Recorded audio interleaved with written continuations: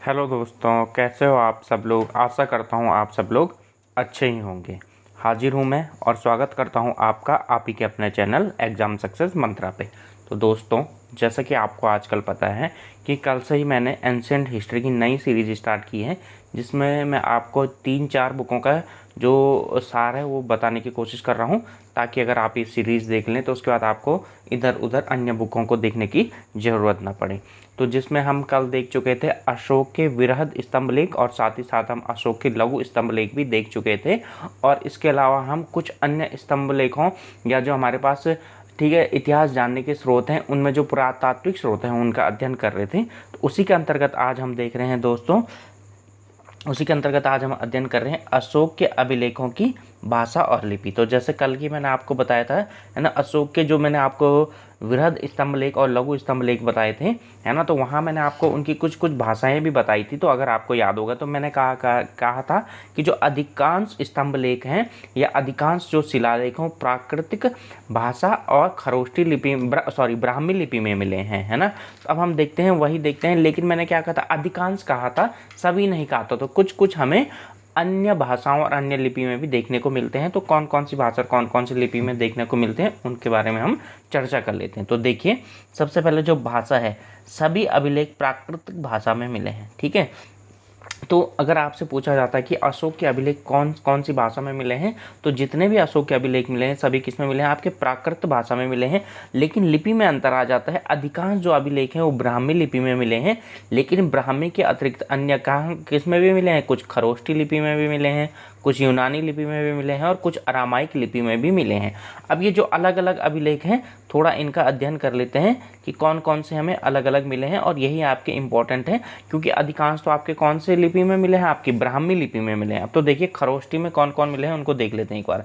जो शहबाजगढ़ी और मानसेरा, है ना, तो ये दोनों जो शिलालेख हैं ये कहाँ है, आपके पाकिस्तान में स्थित है। और ये कौन सी लिपि में मिले हैं, आपके खरोष्टी लिपि में। तो आपको ये इंपॉर्टेंट है, याद रखना है कि कौन से दो अभिलेख हैं जो आपकी खरोष्टी लिपि में पाए जाते हैं। तो कौन कौन से हैं, शहबाजगढ़ी और मानसेरा अभिलेख हैं।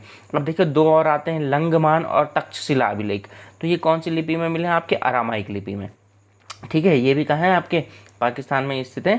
ठीक है, अब देखिए लंगमान और तक्षशिला किस में मिला है, आपके अरामाइक लिपि में मिले हैं। तो आपको याद रखना है। अगला जो शेर-ए-कुना कंधार यानी जो वर्तमान अफगानिस्तान में है, ये द्विभाषिक लिपि में मिला है, यूनानी और अरामाइक लिपि में मिला है। तो ये चीज़ें आपको याद रखनी है। ये जो तीन चीज़ें मैंने आपको बताई हैं, यानी जो पहला शहबाजगढ़ी और मानसेरा है, ये कौन सी लिपि में मिला है, खरोष्टी लिपि में मिला है। दूसरा लंगमान और तक्षशिला किस में मिला है, आपका अरामाइक लिपि में मिला है। और शेर-ए-कुना कंधार में है जो लेख, ये किस में मिला है, द्विभाषी यानी यूनानी और अरामाइक लिपि में मिला है। तो दोस्तों ये चीज़ें आपको ध्यान रखनी है। चलिए अब हम बात कर लेते हैं अन्य बातों की। ठीक है, तो अशोक के स्तंभलेख और गुहा लेख केवल ब्राह्मी लिपि में है, जबकि शिलालेख चारों लिपि में पाए गए हैं ना। जो स्तंभलेख पढ़ाए थे मैंने आपको कल, तो मैंने आपको वहीं पर उनकी भाषा भी बताई थी। तो जो सभी के सभी स्तंभलेख थे, चाहे वो आपके लघु स्तंभलेख हो या आपके दीर्घ स्तंभलेख हो, है ना। तो मैंने आपको जब कल आपका वर्गीकरण बताया था, तो मैंने बताया था जो अशोक के स्तंभलेख है वो दो तरीके के हैं। एक तो क्या थे, दीर्घ स्तंभलेख, और दूसरे कौन से थे, लघु स्तंभलेख। और मैंने वहाँ पर उनके आर्किटेक्चर भी बताया था और साथ ही साथ उनकी भाषा भी बताई थी। तो आपको याद होगा मैंने वहाँ पर क्या बताए थे, उनकी भाषा क्या बताई थी मैंने, सभी की प्राकृत बताई थी और लिपि क्या बताई थी, ब्राह्मी बताई थी, है ना। तो अब जो ब्राह्मी में है, जबकि जो शिलालेख हैं, यानी जो शिलालेख हैं, है ना, जिनका बारे में हमने अभी अध्ययन करना है, वो सारे के सारे किस में मिले हैं, वो चारों भाषाओं में मिले हैं। यानी ब्राह्मी में भी मिले हैं, अरामाइक में भी मिले हैं, यूनानी में भी मिले हैं और खरोष्टी में भी मिले हैं। तो दोस्तों ये चीज़ें आपको याद रखनी। तो चलिए अब हम देखते हैं अशोक के शिलालेख। ठीक है, अब शिलालेख में भी हम कौन से देख रहे हैं, वृहद शिलालेख। क्योंकि जब मैंने आपको कल बताया था तो मैंने बताया था जो अशोक के शिलालेख हैं वो भी दो भागों में बटे हैं। ठीक है, वृहद शिलालेख और लघु शिलालेख। तो पहले हम बात कर रहे हैं वृहद शिलालेख। ठीक है, अब देखिए ये कितने जगहों पर मिले हैं, आपके 8 जगहों पर मिले हैं। अब आपको कन्फ्यूजन होगा कि हमने तो हमेशा 14 पढ़ा है। 14 शिलालेख बोला जाता है क्योंकि जो प्रत्येक शिलालेख है उन पर कितनी बातें लिखी गई हैं, 14 लिखी गई है। यानी शिलालेखों की संख्या 14 है। ये शिलालेख 8 स्थानों से प्राप्त हुए हैं, परंतु इन पर बातें 14 लिखी गई हैं। इस कारण इन्हें चतुर्दश शिलालेख कहा जाते हैं। देखिए दोस्तों, आपने हमेशा पढ़ा होगा, है ना, जब भी आपने पढ़ा होगा तो आपने यही पढ़ा होगा कि अशोक के शिलालेखों की संख्या कितनी है, 14। तो यहाँ पर बच्चों को कन्फ्यूजन हो जाता है और कन्फ्यूजन अक्सर ये होता है कि ये 14 अलग अलग जगहों से मिले होंगे। पर ऐसा नहीं है दोस्तों, ये मिले कितनी जगह से, ये आपके 8 स्थानों से मिले हैं। कितने स्थानों से प्राप्त हुए हैं, ये 8 स्थानों से प्राप्त हुए हैं। अगर जगह की बात करें तो कितनी जगह से मिले हैं, ये आपके 8 जगहों से मिले हैं। लेकिन क्या है, जो प्रत्येक शिलालेख है उस पर बातें कितनी लिखी गई हैं, उस पर 14 बातें लिखी गई हैं, जिस कारण इनको क्या बोलते हैं, 14 शिलालेख बोला जाता है। तो ये चीज़ आपको ध्यान रखनी है, इस चीज़ में आपको बिल्कुल भी कन्फ्यूजन नहीं होना है।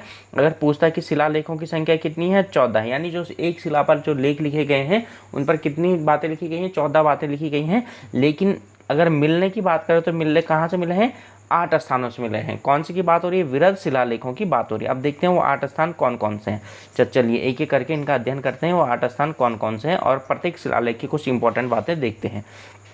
तो देखिए, जो पहला शिलालेख है वो कहाँ मिला है, शहबाजगढ़ी पाकिस्तान, जो कि मैंने अभी आपको बताया था।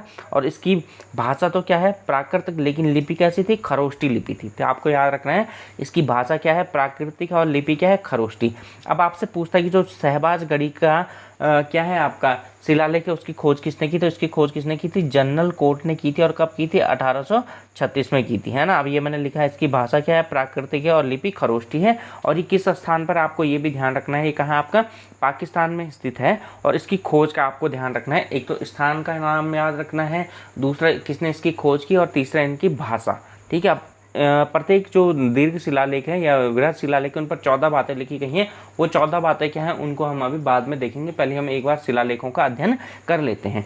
तो देखिए, जो पहला शिलालेख बताया वो क्या बताया, ठीक है, पाकिस्तान में है, जिसका नाम क्या है, शहबाजगढ़ी। इसकी खोज किसने की, जनरल कोर्ट ने की। और इसकी भाषा क्या है, प्राकृतिक और लिपि खरोष्टी है। तो पहले शिलालेख हो गया आपका शहबाजगढ़ी। अब दूसरा क्या है आपका मानसेरा शिलालेख, ये भी कहाँ स्थित है, आपका पाकिस्तान में ही स्थित है।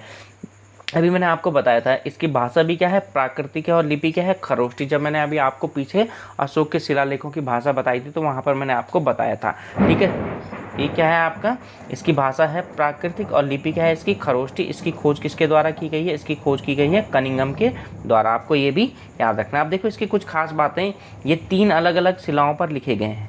ठीक है, यानी जो आपका मानसेरा में जो शिलालेख पाए गए हैं वो एक ही पर ना होकर क्या है, 3 अलग अलग शिलाओं पर लिखे गए हैं। पहली शिला पर 1 से लेकर 8 तक, दूसरी शिला पर 9 से लेकर 12 तक, और तीसरी शिला पर क्या है 13 से लेकर 14 तक लेख लिखे गए हैं। क्योंकि मैंने आपको बताया है कि जो प्रत्येक स्थान पर जो शिलालेख मिले हैं वो कितने हैं, 14 हैं। तो ये आपका एक ऐसा स्थान है मानसेरा जहाँ एक ही शिला पर 14 बातें नहीं लिखी गई हैं, बल्कि 3 अलग अलग शिलाओं पर 14 बातें लिखी गई हैं। जिसमें से पहली शिला पर 1 से 8 तक, दूसरी शिला पर 9 से 12 और तीसरी शिला पर 13 से 14 तक बातें लिखी गई हैं। और इसकी लिपि क्या है, खरोष्टी है, भाषा क्या है, प्राकृतिक है। ये बात मैं आपको बता चुका हूँ। और इसकी खोज किसने की थी, कनिंघम ने की थी। अब हम देखते हैं जो तीसरा शिलालेख है कहाँ मिला है आपका, कालसी, जो कि कहाँ आपका देहरादून उत्तराखंड में स्थित है। ये कहाँ आपका यमुना और टॉन्स नदी के संगम पर स्थित है। अब अगर हम इसकी खोज की बात करें तो इसकी खोज किसने की, 1807 में जॉन फॉरेस्ट ने की। किसने की है, जॉन फॉरेस्ट ने की है। अब इसकी भाषा क्या है आपकी, प्राकृतिक है, और लिपि क्या है, ब्राह्मी है।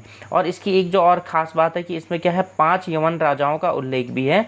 तो आपसे पूछा जा सकता है, ठीक है, तो एक तो स्थान हो गया कहाँ है, कालसी देहरादून में है। इसकी खोज किसने की, जॉन फॉरेस्ट ने की। लिपि बता दी, और जो इसकी खास बात है इसमें 5 यवन राजाओं का उल्लेख भी है।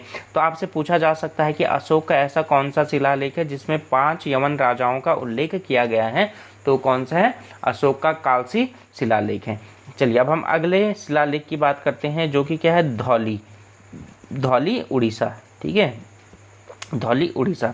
देखिए, प्रत्येक शिलालेख पर 14 बातें हैं। ठीक है, लेकिन जो ये है आपका, ठीक है, कौन सा शिलालेख, धौली, ये कहाँ स्थित है आपका, पहला कलिंग उड़ीसा में है। अब मैंने आपको क्या बताया, जो प्रत्येक शिलालेख है उस पर 14 बातें हैं, लेकिन जो धौली और जौगढ़ हैं ये दोनों के दोनों कहाँ स्थित है, आपके कलिंग उड़ीसा। ठीक है, तत्कालीन कलिंग और वर्तमान उड़ीसा में स्थित है। अब आपको पता होगा जब अशोक ने युद्ध किया था तो कलिंग में युद्ध किया था उन्होंने, और क्या किया था, वहाँ हजारों लाखों लोगों की क्या गई थी, उस युद्ध में जान गई थी, है ना। तो अब क्या हुआ था, इसकी खोज किसने की थी। ठीक है, अब देखो हुआ क्या था, क्योंकि जो ये धौली और जौगढ़ शिलालेख है कलिंग में ही स्थित है, और जो शिलालेख में 11, 12 और 13 बातें थी उनमें कलिंग युद्ध से संबंधित कुछ बातों का वर्णन किया गया था। तो इसलिए जो धौली और जौगढ़ का जो स्तंभ लेख है या शिलालेख है उसमें, ठीक है, 11, 12 और 13 की बातें हटा दी गई हैं, क्योंकि इसमें कलिंग युद्ध से संबंधित बातों का वर्णन किया गया था। और ये इसलिए हटा दी गई ताकि वहाँ के लोगों को क्या हो, कलिंग युद्ध ताकि वहाँ के लोगों के हृदय को पीड़ा ना पहुँचे उस युद्ध के बारे में सुनकर। तो अब देखिए ये बात आपकी समझ में आ गई है कि आपसे पूछा जाता है कि धौली और जोगढ़ में से कौन कौन सी बातों को हटा गया है। तो बात नंबर 11, 12 और 13 को हटा दिया गया है। क्यों हटाया गया है? क्योंकि इसमें कलिंग युद्ध का वर्णन किया गया था। अब अगर इसकी खोज की बात करें तो इसकी खोज किसने की थी? कीटो ने की थी। ठीक है, इसकी खोज किसने की थी? कीटो ने की थी। अब देखिए यहाँ पर जो बातें हटाई गई हैं, है ना, तो 11, 12 और 13 बातें हटाई गई, इन पर कुछ नई बातें जोड़ी गई हैं जिनको क्या बोलता है, इनके स्थान पर क्या लिखा है? यानी जो ज्ञात बात नंबर 11, 12 और 13 अशोक के द्वारा हटाई गई है, उसके स्थान पर अशोक ने क्या लिखा? इसके स्थान पर लिखा है सभी मनुष्य मेरी संतान है। अर्थात वह क्या, अशोक क्या दर्शाना चाहते हैं कि भले ही मैंने युद्ध में तुम्हें पराजित किया हो, लेकिन मैं फिर भी तुम्हें अपना मानता हूँ। और ये जो 11, 12 और 13 नंबर की बातें हैं वो इसलिए हटा दी गई ताकि जो उड़ीसा के लोग यानी जो कलिंग के लोग हैं उनके हृदय को पीड़ा ना पहुँचे। इसी कारण धौली और जोगढ़ को पृथंग कलिंग प्रज्ञापन भी कहा जाता है। तो आपसे पूछा जा सकता है कि अशोक के कौन से अभिलेख को पृथक कलिंग प्रज्ञापन भी कहा जाता है? क्यों कहा जाता है? धौली और जोगढ़ को कहा जाता है क्यों? क्योंकि इस पर, ठीक है, जो कलिंग युद्ध से संबंधित बातें थी उनको हटा दिया गया और उनकी जगह क्या लिखा गया कि सभी मनुष्य मेरी ही संतानें हैं। तो ये बात आपकी समझ में आ गई होगी। यानी धौली कहाँ स्थित है? आपका कलिंग उड़ीसा में स्थित है। और इसमें कितनी बातें लिखी गई हैं? इसमें कितनी बातें लिखी गई हैं? 11 बातें लिखी गई क्योंकि ठीक है 10 बातें लिखी गई हैं क्योंकि बात नंबर 11, 12, 13 हटा दी गई। कितनी बातें हुई फिर? 11 बातें लिखी गई हैं और इसमें कुछ नई बातें भी लिखी गई हैं और इसकी खोज किसने की है? कीटो के द्वारा की गई है। चलिए अब हम देखते हैं जोगढ़। तो जोगढ़, ठीक है, तो जोगढ़ भी कहाँ? आपका कलिंग उड़ीसा में ही है। इसकी खोज किसने की? वाल्टर इलियट ने की। और इसमें भी कितनी बातें लिखी गई हैं? इसमें भी, ठीक है, 11 ही बातें लिखी गई हैं।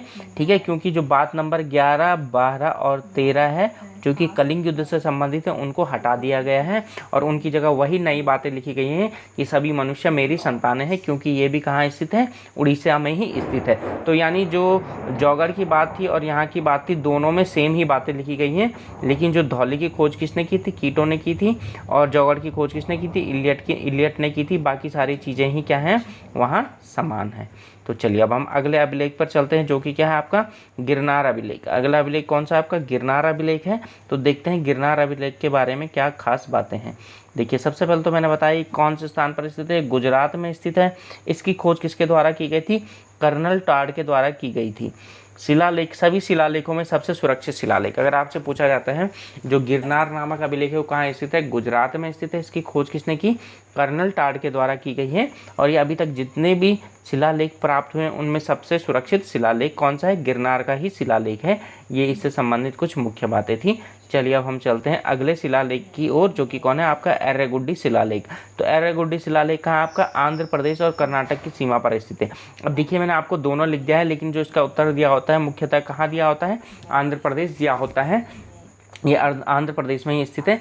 लेकिन कई बार क्या होता है आपको ऑप्शन में आंध्र प्रदेश नहीं मिलता तो वहाँ पर कर्नाटक दिया होता तो आप कर्नाटक भी मार सकते हो। लेकिन अगर आंध्र और कर्नाटक में दोनों दिया हो तो आप आंध्र उत्तर को सही मानेंगे। अगर आंध्र ना दिया हो तो तब आप कर्नाटक मार सकते हो। तो इसीलिए मैंने आपको क्या बताया, जो एर्रागुड्डी शिलालेख है आंध्र और कर्नाटक की सीमा पर स्थित है। अब बात करें इसकी खोज किसने की, तो इसकी खोज किसने की है? अणु घोष ने की गई है। और इसकी जो खास विशेषता है वो विशेषता ये है कि ये बाएं से दाएं की तरफ लिखा गया है, यानी राइट टू लेफ्ट की तरफ लिखा गया। इस तरीके से लिखा गया, यानी यहाँ से बात लिखनी शुरू की और यहाँ पर जाके खत्म, फिर यहाँ से बात लिखनी शुरू की और यहाँ पर जाकर खत्म हुई है। बाकी जबकि सबसे कहाँ लिखे गए हैं? लेफ्ट टू राइट, यानी आपके उल्टे हाथ से सुल्टे हाथ की तरफ इस तरीके से लिखे गए हैं। और जबकि ये कहाँ लिखा गया है? लेफ्ट टू राइट लिखा गया है। तो आपसे ये बातें पूछी जा सकती हैं कि अशोक का ऐसा कौन सा शिलालेख है जो राइट टू लेफ्ट लिखा गया है? तो कौन सा है? एर्रागुड्डी शिलालेख है, जिसकी खोज किसने की है? अणु घोष ने की है। तो ये था आपका अशोक का 7वां शिलालेख। अब हम चलते हैं, ठीक है, तो ये हो गए हमारे पास अशोक के शिलालेखों से संबंधित जो मुख्य तथ्य थे वो हम देख चुके हैं। अब एक और मैंने आपको बताया था कितने स्थानों से मिले हैं? 8 स्थानों से मिले हैं। तो एक और है जो क्या है? आपका सोपारा। ठीक है, तो ये सोपारा नामक जो शिलालेख है कहाँ प्राप्त हुआ है? आपका महाराष्ट्र में प्राप्त हुआ है। यह शिलालेख खंडित हो चुका है और इसमें केवल 8वां लेख ही पाया गया है। देखिए ये अशोक का 8वां शिलालेख है है ना। 8वां वृहद शिलालेख है। तो मैंने आपको बताए थे जो अशोक की वृहद शिलालेखों की संख्या कितनी थी, 8 थी। और 8वां कौन सा है, सोपारा, और ये कहाँ स्थित है, महाराष्ट्र में स्थित है। और ये जो शिलालेख है, ये शिलालेख क्या हो चुका है, खंडित हो चुका है, और इसमें जो केवल 8वां लेख है वही प्राप्त हुआ है। तो दोस्तों आशा करता हूँ कि जो अशोक के वृहद शिलालेखों के बारे में और जो अशोक की शिलालेखों की भाषा के बारे में और लिपि के बारे में मैंने जो आपको जानकारी दी है वो आपको पसंद आई होगी और आपके समझ में भी आई होगी और आपके लिए लाभदायक भी होगी। तो ठीक है दोस्तों, आज यहीं तक रखते हैं। अब जो हमारा कल का टॉपिक होगा, कल देखेंगे हम, ठीक है, अशोक के जो शिलालेखों में जो बातें लिखी गई हैं, कौन कौन सी बातें लिखी गई हैं और उनमें अशोक क्या क्या कहना चाहता है। तो ठीक है दोस्तों, स्वस्थ रहिए, मस्त रहिए, हमारे चैनल एग्जाम सक्सेस मंत्रा से जुड़े रहिए और अपनी तैयारी करते रहिए।